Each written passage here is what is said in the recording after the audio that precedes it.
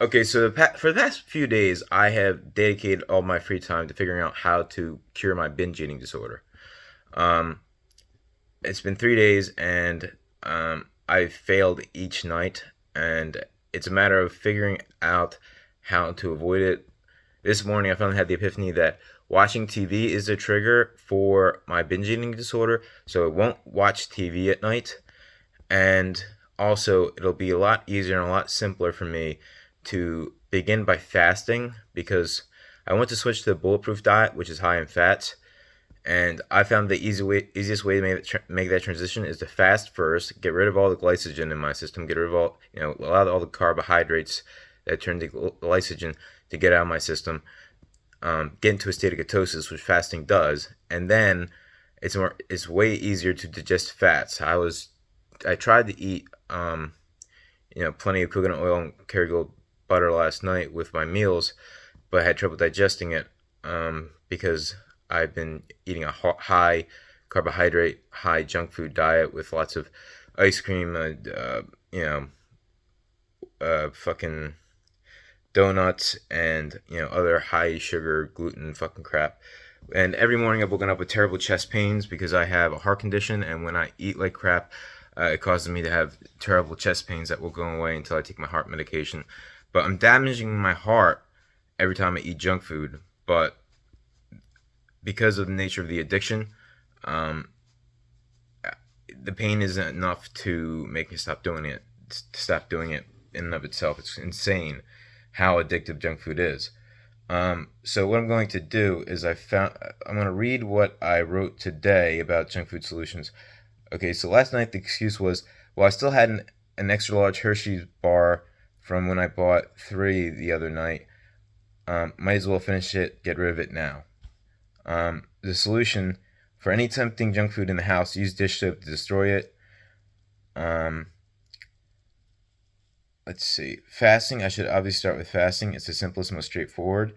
And as long as I don't watch TV, I won't be tempted. I'll just take my sleep medication at 8 and then um, sit in the dark, do HRV training, heart rate variability biofeedback training, in order to improve my heart function and reduce stress and anxiety, and also make it easier for me to sleep for about half an hour. And then the rest of the night, I'll listen to like podcasts with autoplay turned off, so that I won't have the noise throughout the entire night because that noise tends to wake me up.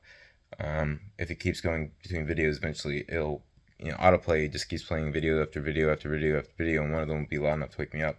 So the autoplay turned off, I can fall asleep listening to something, and then that video will be done, and I can, while I'm asleep, the video will end, and then I can sleep in silence, without anything that will wake me up. Now I'm really looking forward to fasting for 3 or 4 days. I won't have to worry about what to eat and all that. I won't have to worry about digestive issues, whatever. Um, it'll just make things so much simpler. I really love fasting because I immediately have more energy the next day. The second day, a tremendous amount of energy, and the third day, when I get into ketosis, the fastest way to get into ketosis, then goddamn, like I feel absolutely amazing, absolutely extraordinary. Um, and yeah, that is my approach. And I'll start doing diary updates on my all my projects, all my self improvement projects, all the troubleshooting, all the issues I'm having. But because talking things out often helps you arrive at insights that otherwise you would not arrive at. I wish I had people to discuss issues like this with, um, but uh, I need more friends. I do have people I can talk to about it, but I mean, you know, they don't understand. People who don't have binge eating disorder don't understand the all-consuming nature of how junk food is so addictive. Especially if you're genetically predisposed to it, and all that. Um, so as for watching Netflix or watching TV shows and movies, I can do it in the mornings if I really want to watch an episode of Breaking Bad. I wake up at 5 a.m. I don't have to go to work till 8:30, so that gives me 3.5 hours. I can watch an episode of Breaking Bad. But once I have enough energy in the mornings, I'll feel much more like working on creative projects, and working on studying marketing and working on my blog about marketing, working on applying for marketing internships, working on creative writing, working on practicing guitar, all that sort of stuff. Things that are fun and also are good for me. But in the meantime, I do want to watch an episode of Breaking Bad. One episode of Breaking Bad, per day, or one episode of Sneaky Pete per day. So the solution is, I want to watch it at night. Okay, fine. I'll go to bed early, and the earlier I go to bed, the more time I have to watch, episode of Netflix or two in the morning, until such time where I'm more passionate about working on creative projects. Now I can get a marketing job in a month. A marketing internship. Make $20 and $25 an hour, and then I'll have a high status position. I'll make my mom and dad proud. I'll get out blue collar work. I'll be doing what I really love doing, which is reading, writing, and speaking for a living, and creating and coming up with ideas for a living. I'm an idea machine. I love ideas, and I can think up 100 new ideas every single day. It's insane, especially if I'm reading a lot of nonfiction books. God, I come up with so many goddamn ideas. Anytime I read a book, I write like 50 pages worth of ideas that are triggered by reading the book. Like if I read The Science of Good and Evil by Michael Shermer, why people cheat, steal, gossip, care, share, and follow the golden rule. If I read Consilience, The Unity of Knowledge, The Singularity is Near, When Humans Transcend Biology, yeah, I'm going to write like 100 pages worth of stuff as I'm reading it, because it just triggers so many new ideas in me, because it's full of new and interesting and fascinating ideas for myself. And I'll no longer use my heart medication in the morning to cover up chest pains. If I eat junk food and wake up with chest pains in the morning, I'll just have to deal with it, because I should be saving that chest pain medication for when I work out, so that I can work out longer and have better blood flow and recover faster from the workout, and then get in better shape at a faster pace if I use my heart medication only for working out. And I love working out. It makes me feel great. It makes me feel euphoric.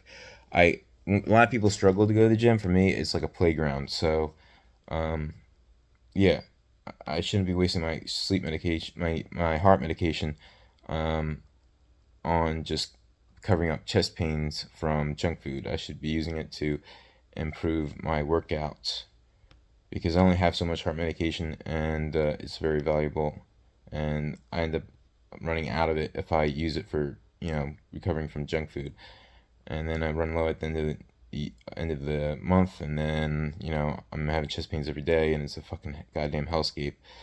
But it took me 3 or 4 days to figure it out. But I think I have it figured out now. I think tomorrow morning I will make a video about how I finally didn't eat junk food. I finally figured out, avoid triggers, use HRV training, HRV biofeedback, which is basically a form of guided meditation that's highly effective to make myself more relaxed, reduce stress, reduce anxiety, and I can see my progress in terms of increased heart rate variability, coherence over time. I will make a video about HRV biofeedback training, the benefits of it, how it alleviates anxiety, how it alleviates stress, and how if you use it long enough, you can take complete control over your biophysiological response, your fight or flight response to stressful and anxiety-provoking situations. So you can learn how to recenter yourself whenever you find yourself discombobulated. Now, that's a word, discombobulated. So I need to get more nicotine gum, nicotine patches. I want lozenges, not nicotine gum. So I want to get nicotine lozenges and nicotine patches.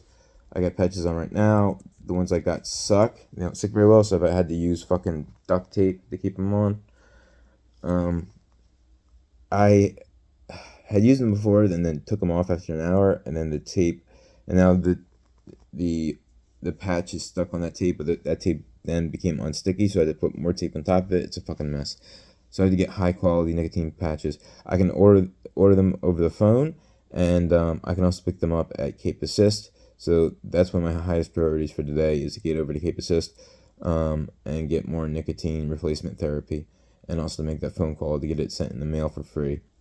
There's a lot of free programs in New Jersey for getting NRT, nicotine replacement therapy. That's what NRT means. And life lessons: separate my extra heart medication from my necessary heart medication. I need to take at least two tablets of heart medication a day. The third ones are basically extras that I use when needed for chest pains. And I should be using it prior to working out to allow myself to work out more with better blood flow throughout my body and allow me to recover faster. I shouldn't be using it to cover up junk food. And eating all this junk food has also aged me a lot. Like, I look like shit. My skin looks like shit. I look a lot older. I mean, just a year ago, I looked like I was 19, and all this binge eating for the past year has made me age at a very accelerated rate. Whereas, I had long been eating a very healthy diet for a long time, but with everything that went on with my relationships and various things in my life, I got really stressed out and got into this binge eating cycle and have had trouble getting out of it. But now I was like, I cured my social anxiety disorder, I can cure my binge eating disorder. And then I'll make videos about how to cure your binge eating disorder with all the insights that I develop. I'm going to write a research paper on how to overcome how to cure binge eating disorder, and then I'll make a video about it using probably PowerPoint presentation, and my face like in the left or bottom right corner or whatever, like Stefan Molyneux used to do for his presentations. And then I'm also gonna start a podcast, and I will take calls, which I'll take calls from listeners who have different issues in their life, and I'll give my feedback on how to do things like cure the social anxiety, cure the general anxiety, cure the binge eating disorder, so on and so forth. So as I learn how to do more and more things and fix more problems in my life, I'll be able to give my advice with the disclaimer that I'm not a doctor, but just what is worth looking into, worth trying, worth consulting with your physician about, if you're having one of the problems that I've been able to overcome. So it's diary entry for the morning of Thursday, October 26th of 2023.